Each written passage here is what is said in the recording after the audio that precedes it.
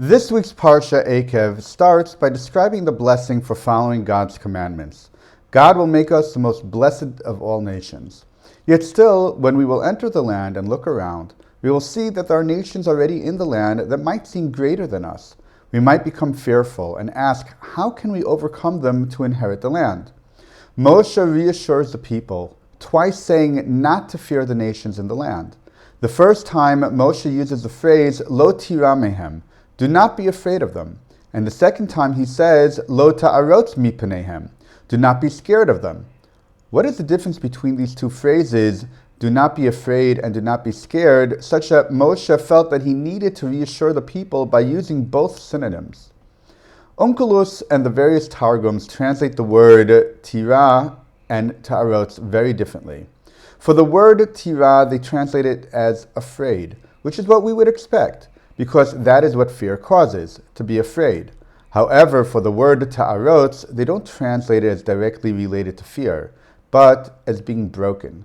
The implication being is that a person is so afraid that it breaks them. In other words, the usage of these two words, tira and ta'arotz, describe two types of fear. The first type tells of a person who is afraid of something, but nevertheless can continue on with what needs to be done. It is only human to feel fear, yet one can overcome it with the right encouragement. Being scared of something, however, can be debilitating and break a person to such an extent that it can lead to total paralysis. This interpretation of Onkelos and the various Targums goes very well with the reading of the text. The first verse says, Lo tira mehem, do not be afraid of them. Zachor tizkor, remember well. That which God did to Paro and all of Egypt. This is fear. However, it is only in your mind. Perhaps those whom you are afraid of are not in front of you. Perhaps you feel small or not confident in yourself. The way to overcome this fear is to remember what God did to Egypt. This will be enough to help give you the proper confidence and encouragement to act. The second verse is Lo ta'arotz mipanehem. Even though we translate it similarly as do not be scared of them, the Hebrew word for of them is very different. Mipanechem, meaning from before them or from in front of them.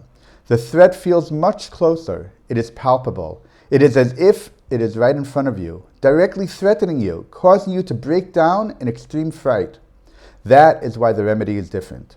It is not enough to remember what God did to Paro in Egypt. That's external, seemingly far away in the distant past, perhaps before you were even born.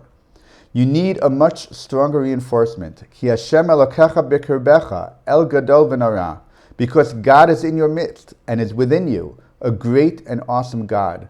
Reminding yourself and knowing that God is right there, helping you, giving you strength and encouragement, picking you up when you are down.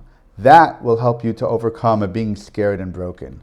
Whichever way, Moshe is relaying an important message relevant to us even today. For us to truly inherit the land, we need to conquer our fear of what if, and know that God is with us and can rely upon Him for help. Shabbat Shalom.